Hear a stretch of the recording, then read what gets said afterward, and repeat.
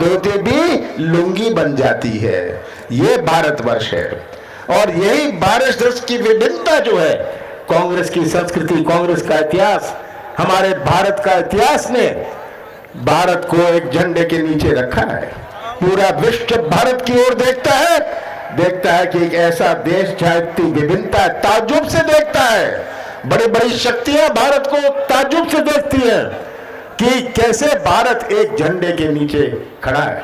यही कांग्रेस की संस्कृति है और यही संस्कृति से आप जुड़े हैं और आपकी निष्ठा आपको यहां खींच के लाई है।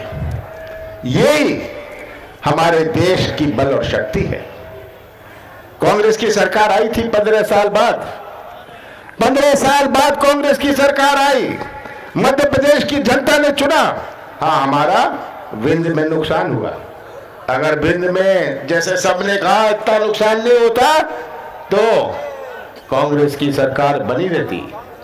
15 साल बाद कांग्रेस की सरकार बनी और शिवराज सिंह जी ने कैसा प्रदेश हमें सौंपा था, कैसा प्रदेश हमें सौंपा था? ऐसा प्रदेश जहां किसानों की आत्महत्या में मध्य प्रदेश नंबर 1, बेरोजगारी में नंबर 1, महिलाओं के अत्याचार में नंबर 1, ऐसा प्रदेश हमें सौंपा था। कौन सी चुनौती हमारे सामने नहीं थी? 15 साल बाद बनी थी कांग्रेस की सरकार। इनको मौका मिला था, जनता ने इनको घर बिठाया था। कौन सी चुनौती हमारे सामने नहीं थी? कृषि क्षेत्र की चुनौती। आज हमारा मध्य प्रदेश 70% हमारी अर्थव्यवस्था कृषि क्षेत्र पर आधारित है। जिसकी किराने की दुकान गांव में है, जो ये रीवा का बाजार चलता है, कोई उत्तर प्रदेश से या जबलपुर से नहीं आता यहाँ बाजार में। जब किसानों की जेब में पैसा होता है तब वो किराने की दुकान चलती है और तब ये रीवा का बाजार चलता है। हमारे कृषि क्षेत्र की चुनौती, कैसे कृषि क्षेत्र में एक नई क्रांति लाए। किसान का जन्म कर्जे में होता है, उसकी मृत्यु कर्जे में होती है। मेरा प्रयास था कि किसानों का कर्जा माफ करने की हमने योजना शुरू करी। 27 लाख किसानों का कर्जा माफ किया। ये तो मैंने विधानसभा में दूसरा केस चल रहा था और पहली दफा इतिहास में केवल डिफॉल्टर किसान नहीं, पर जिनके चालू खाता भी थे उनका भी कर्जा माफ करने की योजना हमने बनाई। दूसरा केस चल रहा था और किसानों को सही भाव मूल्य मिले, किसानों को सही मूल्य मिले, खरीदी समय पर होए। 15 साल मंडी में कोई सुधार नहीं किया, उत्पादन बढ़ता रहा। तो क्या हाल था प्रदेश का? कृषि क्षेत्र में एक नई क्रांति लाई, ये हमारी सोच थी। पर सबसे बड़ी चुनौती हमारे नौजवानों की भविष्य की है। आज का नौजवान और 20 साल पहले के नौजवान में बहुत अंतर है। हमारे बुजुर्ग यहां बैठे हैं, राजमणि जी, आपकी दुनिया कुछ और थी, आज इन नौजवानों की दुनिया कुछ और है। आज ये हमें बात समझनी है कि कैसे आज नौजवानों में पीड़ा है। पहले तो नौजवान जाता नहीं था, इंजीनियरिंग नहीं करता था, मैनेजमेंट नहीं करता था, अब तो कर लेता है ना, गांव से जाता है कर लेता है और भटकता है क्योंकि उसके पास वो ना तो गांव का रहा ना शहर का रहा, रोजगार का कोई नाम निशान नहीं। यही सबसे बड़ी चुनौती है कि यही नौजवान हमारे मध्य प्रदेश का निर्माण करेंगे। हम तो होंगे नहीं, पर यही नौजवान जिनका भविष्य अंधेरे में है, यही नौजवान हमारे मध्य प्रदेश और देश का निर्माण करेंगे। ये सबसे बड़ी चुनौती है हमारे सामने। कैसे रोजगार के नए मौके बने, कैसे व्यवसाय के एक मौके बने। एक उद्योग लगता है, संबंधित विकास होता है, आर्थिक गतिविधि बनती है, कोई गाड़ी चला लेता है, कोई मरम्मत का काम कर लेता है, कोई ठेके का काम कर लेता है। पर मध्य प्रदेश में कोई निवेश नहीं, मध्य प्रदेश में कोई निवेश नहीं। 15 साल में शिवराज जी, कल विधानसभा में भी इतने लाख फलाने लाख, ये आंकड़ों का खेल तो अब पुराना हो गया शिवराज जी। अब तो जो नई पीढ़ी है, नौजवान है, ये सब समझते हैं ये तो इंटरनेट से जुड़ी हुई व्हाट्सएप की पीढ़ी है। आप इनको इन सब आंकड़ों से गुमराह नहीं कर पाओगे। और मैं तो नौजवानों को कहना चाहता हूं कि समझ लीजिएगा कि किसी को मध्य प्रदेश पर विश्वास नहीं, क्यों लगाएगा कोई निवेश? हमारा मध्य प्रदेश 5 प्रदेशों से घिरा हुआ है। जिसको कोई सामान तमिलनाडु में बेचना है, सामान केरला में बेचना है, वो मध्य प्रदेश में लगाएगा, पंजाब और हरियाणा में नहीं लगाएगा। पर मध्य प्रदेश कोई केंद्र नहीं बन सकता, कोई केंद्र नहीं बना, मैन्युफैक्चरिंग का, कारखानों का केंद्र नहीं बन पाया, क्योंकि किसी को मध्य प्रदेश में विश्वास नहीं। मध्य प्रदेश की पहचान माफिया से, मध्य प्रदेश की पहचान माफिया से। मैंने माफिया के खिलाफ युद्ध शुरू किया, क्योंकि मध्य प्रदेश की पहचान विश्वास से बनती है। कोई निवेश लगाएगा तो विश्वास होगा, तभी वो निवेश लगाएगा। निवेश विश्वास से आता है। तो ये सबसे बड़ी चुनौती हमारे नौजवानों की भविष्य की है। नौजवानों की भविष्य की चुनौती है। याद है मोदी जी कितना कहते थे, 2 करोड़ नौजवानों की बात करेंगे। समझ जाइए, भारतीय जनता पार्टी के गुमराह करने की और ध्यान मोड़ने की राजनीति, क्योंकि भविष्य आपके हाथ में है। इनकी ध्यान मोड़ने की और गुमराह करने की राजनीति, मोदी जी चिल्ला चिल्ला के 2 करोड़ नौजवानों को रोजगार मिलेगा। 2014 में जब प्रधानमंत्री बनना चाहते थे, किसानों को ये भाव मिलेगा, 50% नफा होगा। 2019 के चुनाव में मोदी जी ने नाम नहीं लिया नौजवानों का, किसान का। क्या कहा? पाकिस्तान की बात करी, राष्ट्रवाद की बात करी। ध्यान मोड़ना, कैसे ध्यान मोड़ा? राष्ट्रवाद की बात और राष्ट्रवाद का पाठ ये क्या कांग्रेस को पढ़ाएंगे? मैं तो पूछना चाहता हूं भारतीय जनता पार्टी के नेताओं से, आप हमें पाठ पढ़ाने आए राष्ट्रवाद का? आपके पार्टी से कोई स्वतंत्र संग्राम सेनानी कभी जुड़ा रहा है? आप कोई स्वतंत्र संग्राम सेनानी का नाम ले सकते हैं? और राष्ट्रवाद का पाठ आप हमें पढ़ाने आए? इनकी राजनीति आपको समझनी है, कैसे ये ध्यान मोड़ने की राजनीति करते हैं। आज भविष्य आपके हाथ में। चुनाव तो आएंगे जाएंगे और भविष्य नौजवानों के हाथ में। मैं तो आज नौजवानों को अपील करना चाहता हूं और अपने बुजुर्ग और कांग्रेस परिवार से ये कहना चाहता हूं कि समय को कोई रोक नहीं सकता। समय परिवर्तन लाता है। पहले यही रीवा था, पहले यही विंद था। कितना परिवर्तन हुआ है यहां की राजनीति में। पहले हम गांव में जाके कह सकते थे ये गांव कांग्रेस का है, आज तो एक मकान में जाके नहीं कह सकते कि इसमें बाप दादा चाचा चाची अलग अलग वोट डालेंगे। जिनको आप ज्ञान देने जाते थे वो अब आपको ज्ञान देने के लिए तैयार हैं। ये राजनीति में परिवर्तन है। कैसे हम अपनी बात पहुंचाएं? मैं आज सब इस कार्यकर्ता सम्मेलन में आपसे यही कहना चाहता हूं, समय ने राजनीति में परिवर्तन किया है।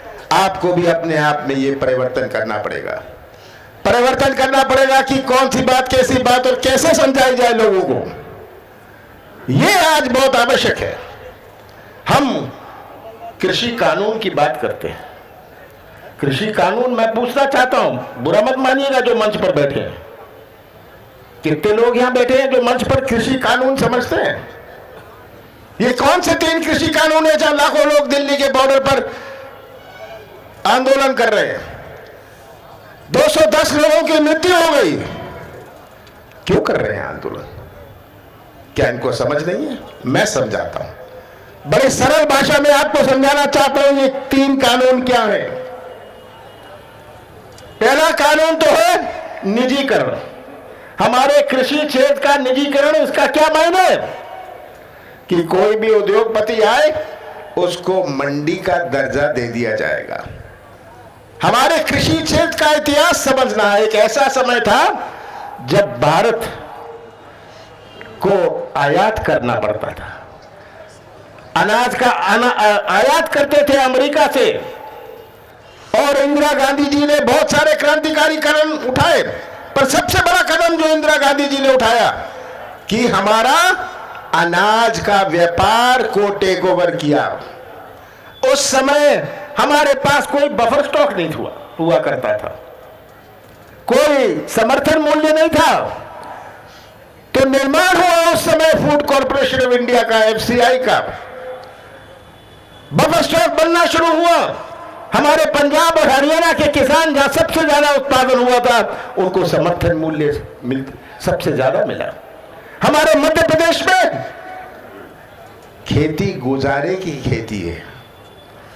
यहां लोग समर्थन मूल्य के लिए नहीं मंडी जाते थे, क्योंकि गुजारे की राजनीति थी। आपस में 8-10 गांव में 20 गांव में अपना उपज बेच दी और साल भर का गुजारा कर लिया। ये गुजारे की खेती थी मध्य प्रदेश में। आज भी मध्य प्रदेश में 22% किसानों को ही केवल समर्थन मूल्य मिलता है। पर इस निजीकरण से उद्योगपति को तो मंडी बन गई, मंडी का दर्जा दे दिया। किसान के पास जाएगा, 2000 समर्थन मूल्य कहेगा 1700 में देते हो। किसान को तो निकालना है, बेटी की शादी करनी है, कर्जा पटाना है, वो 1700 में बेच देगा। तो जो संभावना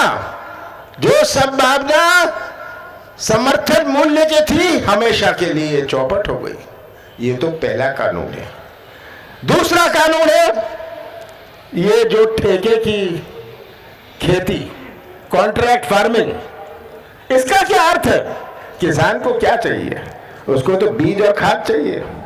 आज 50% बीज और खाद किसान को तो सोसाइटी से मिलता है, 50% तो व्यापारी से लेते हैं। बड़ा उद्योगपति तो सब बीज और खाद इकट्ठा कर लेगा, व्यापारी से इकट्ठा कर लेगा। किसान के पास जाएगा कि बेटा बीज और खाद है, बोनी का समय आ गया। किसान कहेगा बीज और खाद तो मेरे पास नहीं है। तो कहेगा मैं देता हूं, तुम खेती मेरे लिए करो, मेरा बंधुआ बन जाओ। किसान परमानेंटली बंधुआ बन जाएगा। ये कॉन्ट्रैक्ट फार्मिंग है, ये इनका दूसरा कानून है। बड़ी सरल भाषा में आपको समझा रहा हूं। तीसरा कानून है जो इन्होंने एसेंशियल कमोडिटीज एक्ट में जो स्टॉक लिमिट हुआ करता था, कितना आप गोदाम में रख सकते हो, वो हटा दिया। बड़ा उद्योगपति तो जाके अगर मिर्च होए, मक्का होए, धान होए, गेहूं होए, खरीद सकता है, कोई लिमिट नहीं है।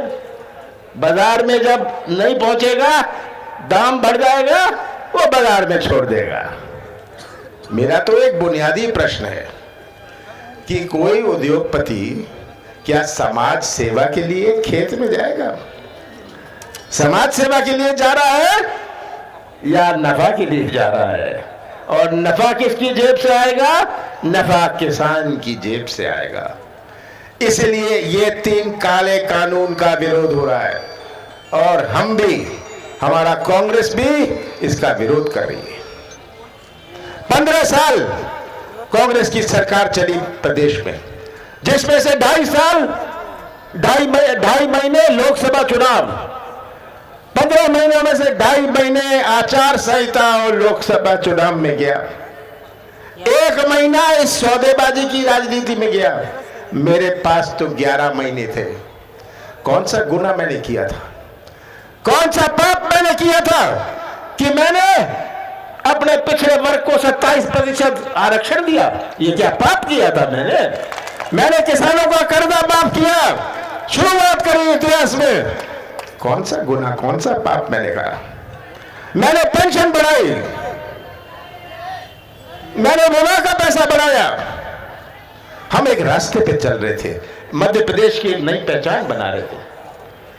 मध्य प्रदेश की एक नई पहचान बना रहे थे पूरे देश में कि मध्य प्रदेश की तुलना त्रिपुरा और मणिपुर से ना हो, मध्य प्रदेश की पहचान कर्नाटक से हो, महाराष्ट्र से हो। ये मेरा लक्ष्य था। हमारे नौजवानों का भविष्य सुरक्षित हुए, हमारे प्रदेश में निवेश आए। कौन सा गुनाह मैंने किया था? मेरे पास तो 11 महीने थे और ये सौदेबाजी की राजनीति तो मैं भी कर सकता था, मैं तो मुख्यमंत्री था। पर मैं सौदेबाजी की राजनीति का प्रवेश नहीं चाहता था। कमलनाथ करेंगे। मध्य प्रदेश की पहचान इस सौदेबाजी की राजनीति से ना हुए। मध्य प्रदेश की पहचान एक ऐसे प्रदेश, एक सिद्धांतिक प्रदेश से हो। तो इन 11 महीनों का हिसाब आप सबके सामने है। मैं तो आप सबसे इतना कहना चाहता हूं कि जनता से कहिएगा, जनता से कहिएगा, कांग्रेस का साथ मत देना, सच्चाई का साथ देना। सच्चाई देख लीजिए, सच्चाई का साथ दीजिए। सच्चाई हमारे भविष्य को सुरक्षित रख सकती है। शिवराज सिंह जी कल विधानसभा में 2 घंटे लगभग बोले, 2 घंटे बोले, तरह तरह के आंकड़े। मैं सोच रहा था बैठे हुए कि शायद 15 महीनों बाद इन्होंने झूठ बोलना बंद कर दिया हो, पर इनका तो खाना नहीं हजम होता बिना झूठ बोले हुए। तो लोगों को गुमराह कैसे करें, ध्यान कैसे करें, ध्यान कैसे मोड़े। तो मेरा आपसे अंत में एक ही निवेदन है। विंध्य से, जैसे राहुल जी ने कहा कि विंध्य कमजोर नहीं है, मुझे भी इसका विश्वास है। जो मैं उत्साह देखता हूं, ये मशीनों का खेल जो करते हैं, भाई आपको जीतना है, आप मत से जीत लो ना, कौन रोकता है आपको जीतने से? अगर जनता आपके साथ है, आपको मशीन की क्या जरूरत? मशीन तो अमेरिका में भी इसका उपयोग नहीं होता, पूरे यूरोप में, फ्रांस, जर्मनी, इटली में कोई मशीन के पास नहीं जाता, जापान मशीन के पास नहीं जाती, मोदी जी जाते हैं मशीन के पास, भारतीय जनता पार्टी जाती है मशीन के पास। तो आप लोग अपनी कमर ठान लीजिए। अगर आप लोगों ने अपनी कमर ठान लीजिए, आने वाले समय में फिर से कांग्रेस का झंडा हमारे मध्य प्रदेश की विधानसभा में लहराएगा। आप सबका बहुत बहुत धन्यवाद।